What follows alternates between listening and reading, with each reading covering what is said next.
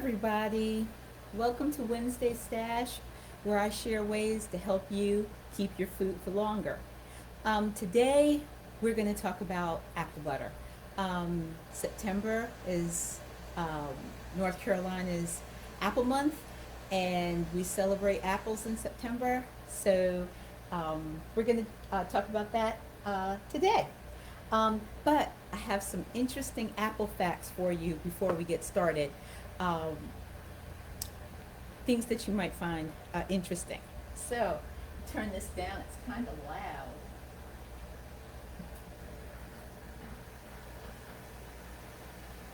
Getting my water heated up. Okay, so North Carolina ranks seventh in apple production in the United States. There are over 300 commercial apple operations with 14,000 acres of apples that are actually in production. So we grow a lot of apples in North Carolina. Henderson County is one of the main regions where apples are grown in North Carolina, and it was this past Labor Day, the host of the North Carolina Apple Festival that was held in Henderson County. Excuse me, that was held in Henderson County, um, and in Hendersonville. And I see Courtney Tevapaw has joined us, and I hope you're super excited about this demo. So let's talk about apple butters. Apple butters are very, very popular. Now, what are butters? It's a sweet spread, but with this particular sweet spread, you're taking the pulp of the fruit and you're cooking it with sugar, and when it's ready, it should mound on the spoon. So it's different than jams and jellies, because with jams and jellies, you're actually creating a gel. Not doing that with apple butters. So I'm going to take some out. I have my cauldron of apple butter, and the reason I say cauldron is because this stuff has been bubbling. I had apple butter everywhere. So I'm going to take some out, so that you can test, and you take it away from the heat. That's a little bit too much. You take it away from the heat for 2 minutes. So 12:33, 12:35, we're going to take a look and see if we're ready, if the apple butter is ready. Okay, so you can use any type of apple, but of course, some apples are going to work way better than other apples. Jonathan's, those are the type of apples that I chose for this apple butter. Jonathan's are good. Cortland, McIntosh, Fuji, Granny Smith, Golden Delicious, and Wine Sap. But another favorite that I have is Arkansas Black. Arkansas Black apples, they just make a gorgeous apple butter, and that's because their skin has a like brownish hue to it. And when you make apple butter from that, it's just a beautiful, beautiful apple butter. So that's one that you can try. So here are the steps. Now first, I sterilize my jars. Normally I don't sterilize my jars because I'll choose recipes that have the minimum processing time would be 10 minutes. So any recipe where you are processing, for shelf stability, any recipe that you're canning for 10 minutes or more, it's not necessary to sterilize your jars. You just need clean jars, lids and bands.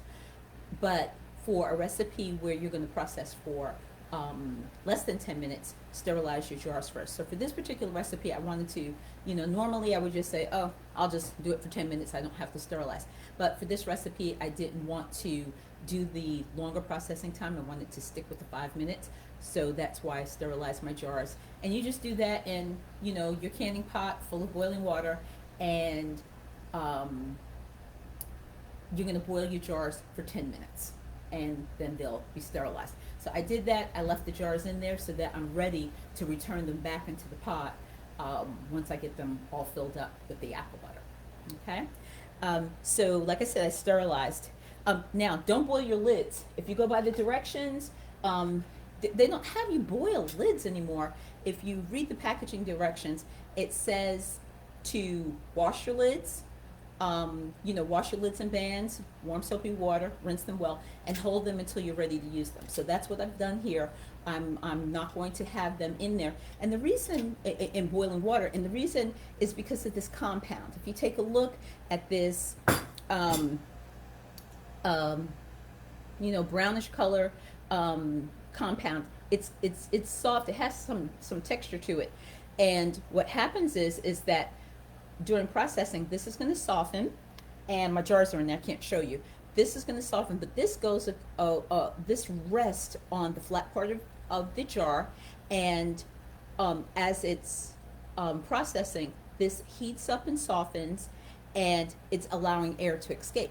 But as it starts to cool down, once you've removed the jars from the canner, and you put them to cool, as the jars cool, this compound cools as well, and it doesn't allow the oxygen, the air that has escaped, to return back to the jar. So this is going to, and this is what forms your seal. So if you boil these, you can remove a portion of this, you can remove a lot of it, and then you're going to have seal failures. And that's the reason why the two-part lid is recommended, is because these, they're safe to use, but also you have minimum, follow the directions and use it the way that you should use it. You have minimum sealing failure, and that saves you money where you're not wasting food or having to reprocess. You're going to lower the quality of your food because you have to reprocess it, because you have all of these jars that didn't seal because you have problems with your lid. And sometimes that's why you want to check your bands. If you have dented bands, if they have, bends to them, or they're rusted, that might be, that can lead to seal failure also. So that's why you want to use the USDA. The only recommended type of lid is the metal two-part lid. There are other ones out there. There are lids that have gaskets, that you can use, and then you can reuse them over and over again. But the reason that this one is recommended is because minimal seal failure. This way you keep food, you'll have high quality food, you don't have to reprocess. So at this time, this is what's recommended, so this is what I use. So what we're going to do now, that was my first step. So the next thing I did with the recipe, and we share the recipes, but you're going to quarter, do not peel, you don't want to peel, but you're going to quarter your apples, and I think my 2 minutes are over, too long. I'll show you. You see that? You see how it mounds on the spoon? It's not like applesauce. If you picked up applesauce would not be that high on the spoon. So that's how you know your apple butter is ready to go into the jar. It's because you cooked it long enough for it to mound nicely on the spoon. So we're going to put that back in here. And this is all going to go into the jar because we want hot food to go into hot jars. So there we go. So I'll fill this up next. So what I did was I quartered the apples, stem them, take the seeds, but you leave the peels on. And in the recipe, you notice it's 8 pounds of apples, and there were 2 cups of apple cider, 4 cups of vinegar, and you're going to cook those together until the apples are soft. So the way that I usually do it is I use both my crock pot and my multi-cooker. And I like how my crock pot works better on slow cook than the multi-cooker works great also.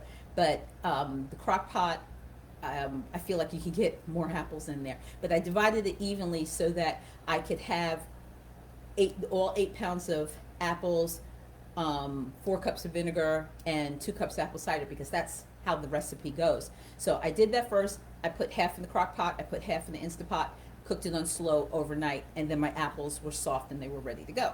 So once your apples are cooked and they're soft, then you're going to run them through. I love my mill. Okay, this is a neat device. So between the handle and the lid, it fits very nicely right on top of your pot. And you're just going to put, all of the apple that you want to, all of your apples through here.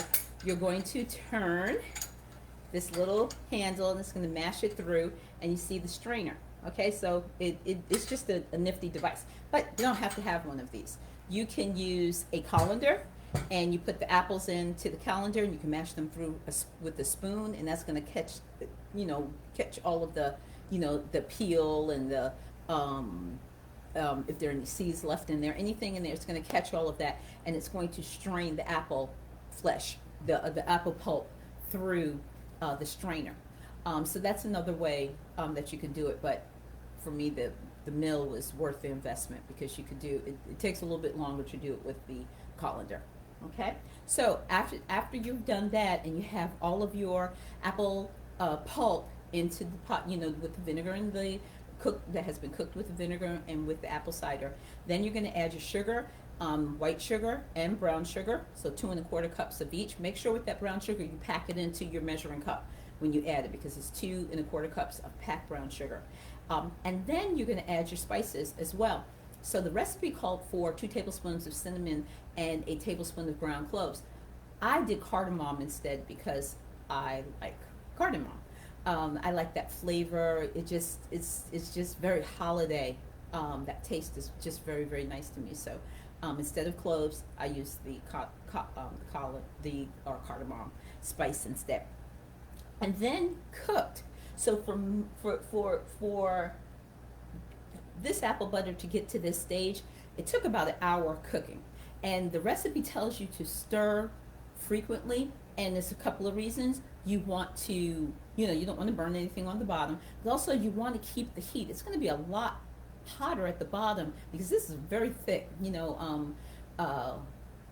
mass in here. There's a lot of apple in this pot. So what you want to do is you want to keep circulating that heat. You're going to evaporate the liquid off, and that's how you get that nice mound. With cooking, the sugar's going to be in there, and you just keep it. You need to keep it going, and you'll notice when you go to stir it, you have so many bubbles coming up. Turn your heat down. Be careful. I had apple butter splatters all over the place. So when I first started boiling, I was at about 7, and then it got to where I had to turn it down to 6. Then I had it down. At my lowest, it was at 4.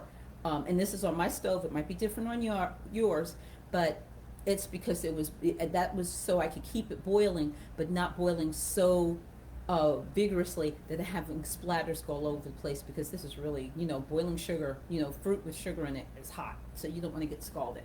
So just keep an eye on your temperature. Make sure that you stir frequently. What I did was, like I would stir and clean up from making the apple butter. So whether I was washing dishes or drying or putting things away, every time I passed the stove, I would go ahead and give it a stir and keep going until it was about ready. So once this is cooked and ready to go, it's going to go into your hot jars. So the recipe says that you can do 9 to 10 half-pint jars, but you can also do this recipe in pint jars, and that's what I decided. I decided I'm going to make pint jars, and I have pretty ones because I also plan to give these as gifts.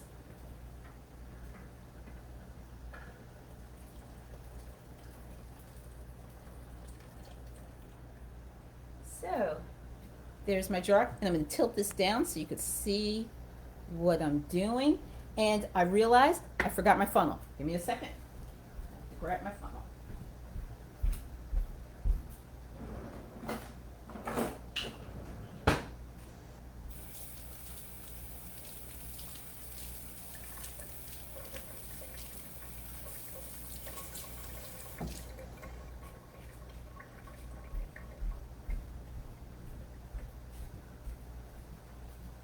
Okay, back.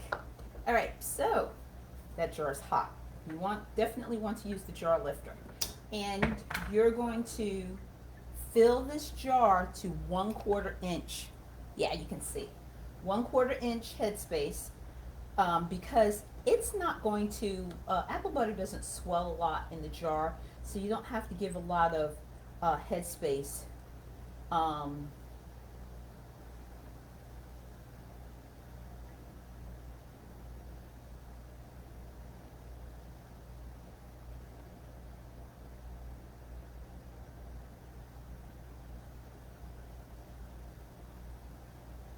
there you go. And if you are not familiar, if you haven't been canning that long, they have wonderful devices for you to measure your headspace. Um, with this, I can see. I don't have to run the wand for air bubbles. But normally, when you fill your jars, you're going to fill your jars. Let me head this way. You're going to fill your jars. Run your wand so that you don't have any air bubbles inside, and then you're going to put your lid and your band on.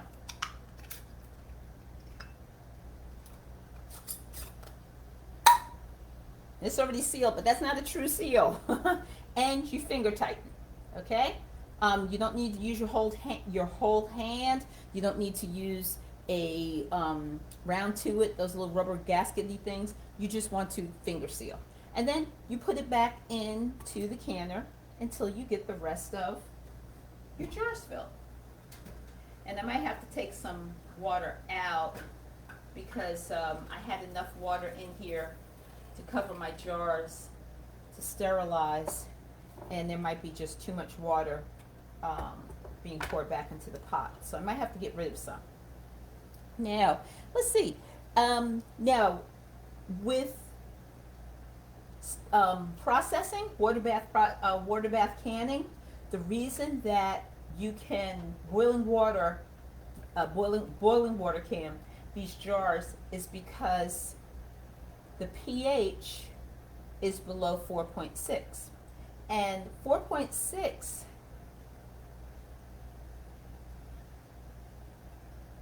is the pH below which I'll make sure I clean up these jars, is the pH below which Clostridium botulinum spores, they cannot become vegetative in that atmosphere, in the pH. 4.6 is too low for them to become vegetative. So that's why foods that have a higher acidity or that lower pH, they're safe for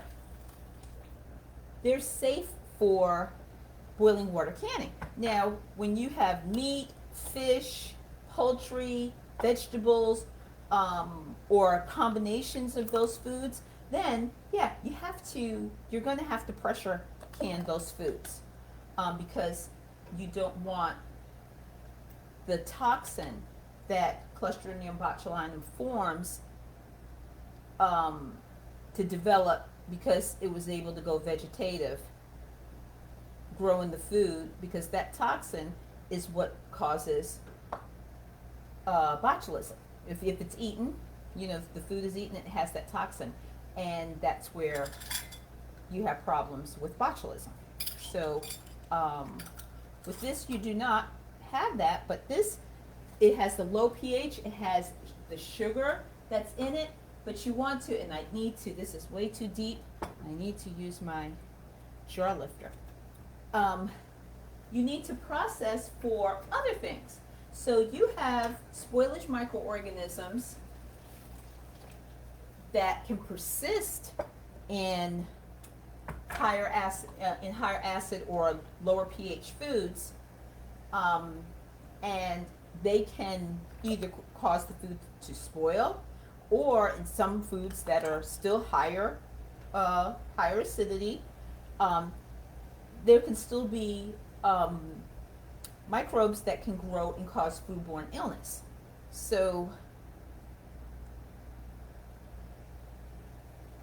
that's why we boiling water process. But for this apple butter, the reason we're doing it is because we do not want any mold. We don't want yeast or molds to grow that could possibly spoil it. And that's the same reason why we sterilize the jars, because we want to make sure with this short processing time that we didn't have anything in the jar that could cause issues. So the jars are good to go. And there's way too much water, so that's not going to work. I'm going to have to pour this water into the sink because that's not going to fit in the pot. All right, let's fill up this last jar. Now this recipe said that it did 9 to 10, and I could do a few more jars, but I don't have any sterilized, so I'm going to just do these. And I might pop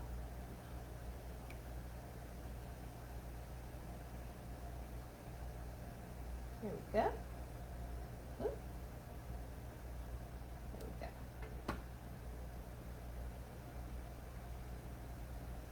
Excellent.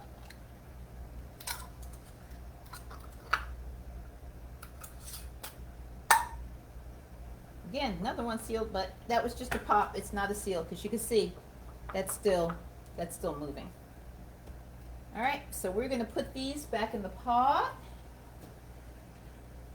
And I have more than an inch of water in over them, but you want to make sure that during processing you always have 1 to 2 inches of water over the jars at all time for the entire processing. So I just need to bring this back up to a boil. And once it's boiling, I'll start my timer, because that's when you start your processing time, is when the water comes up to a full rolling boil. You can count it. So any pot that's deep enough to hold your jars, there's a rack in the bottom so that the jars are not resting on the bottom of your pot, because you want that proper circulation of water to ensure proper processing. The water needs to, not only go around or over the jars, it needs to go beneath the jar as well, so that you want to make it use a rack to make sure you have proper circulation, and also to avoid jar breakage, because you have the jar right on the bottom of the pot. But using a rack allows for proper circulation, because putting a dishcloth or dish towel inside, that's going to keep your jar off the bottom of the pot, but it's not going to allow the water to circulate. So you don't want to use a dish towel or dishcloth in the bottom of your pot.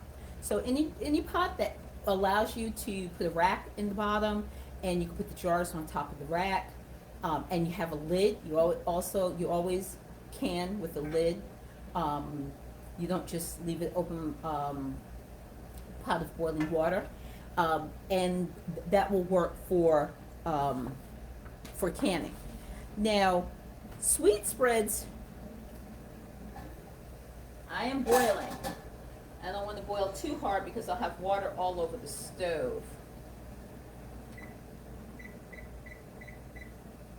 Okay, so I'll pop that up some. There we go. All right, so sweet spreads are lower risk foods because of the higher acidity, like I told you. But even when you have higher acid foods, you always want to choose a tested recipe, and it's the same thing with butters. You want to choose a tested recipe making fruit butters. Now there are tested recipes for apples, grapes, mayhaws are a type of berry, peach and pear. All of these are tested for making butters. Okay. Now, if there are other fruits you want to utilize, it's not going to be a butter, but it'll be a puree, and you could use a puree recipe and follow the directions for puree, and you can find the directions on the National Center for Home Food Preservation. We always reference that link. For my apple butter recipe that I just used, I happen to use the So Easy to Preserve for that recipe. But the directions to make a puree are in this book. It's on the national site as well. And you can make purees from fruit except bananas, Asian pears, figs, tomatoes, cantaloupe and other melons, papaya, ripe mango, or coconut. There are no home canning recommendations for making those types of fruit purees. Okay, so find a tested recipe, and remember that tested recipes are not only for food safety, they're also for food quality. So if you follow the directions, you're going to get something that's going to be safe to eat, and it's going to be good to eat also. So always use a tested recipe. And then also keep in mind, for this time of year, there's two that are so super popular, or they're going to become more popular in September, but especially as we start heading into November. That's going to be your pumpkin butter and your sweet potato butter. There are no home canning recommendations for either of those. You can make those butters, but they either need to be refrigerated and consumed within a few days, or if you want to keep them for longer storage, they go into, you can freeze them. But there's no shelf stable recipes for them, because the pumpkin butter and the sweet potato butter, they're so thick. Like when you just like we did here, my apple butter was thick, but that between the vinegar and the lemon juice, there was also enough movement or allowance to allow that heat to penetrate all the way to the very center. Every single part is going to, be allowed for. When you get into pumpkin butters and you get into sweet potato butters, even though you're going to adjust for acidity, because those are higher pH foods, even if you added the lemon juice and all of that, making sure that you have enough that all the way to the very center, every part of it is going to be at the right pH or the right temperature, to make sure that you don't have microbes that cause spoilage or foodborne illness. And essentially with the sweet potato butter and the pumpkin butter, the biggest concern is not that it's going to go bad. The biggest concern is that it can make you sick or potentially injure you or kill you. So that's the reason why with those foods, you're not going to, we don't have any processing. There are no tested processing methods for them. So if you enjoy them, make them, but refrigerate or freeze them. Okay? So I think I've got 54 seconds left, and I'm going to pull those jars out, and I'm going to let them cool right here.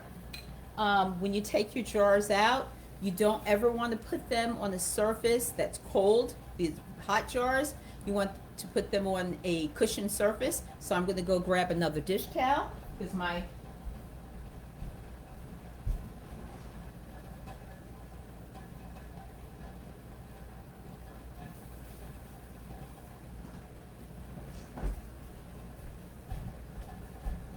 actually I decided to go with a placemat, and you'll have a nice cushioned surface for your jars to finish on.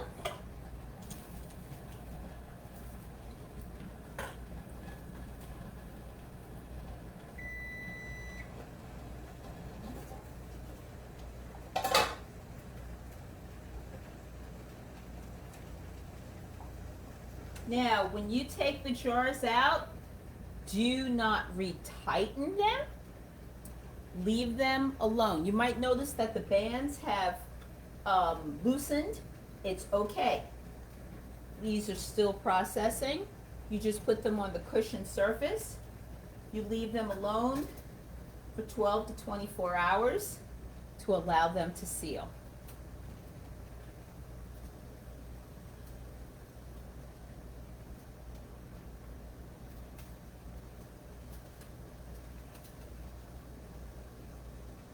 And that's it. All right, so I'm going to go get some more canning jars, and I don't know, I might be able to get 2 more jars out of that pot. So I'll see, but I'm going to sterilize 2 more jars, reheat this apple butter, and I'm gonna fill the jars. So now you know how to make apple butter. Thank you for joining me on Wednesday Stash, where I share ways to help you keep your food for longer. And next week, if you'll come back to Wednesday Stash. I'm going to talk about processing times.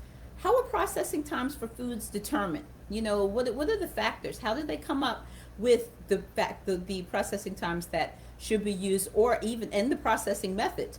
Hot water bath, boiling water, or pressure canning. So we'll talk about that next week on Wednesday Stash, and have a great day. Thanks for joining me. You are welcome, Julie.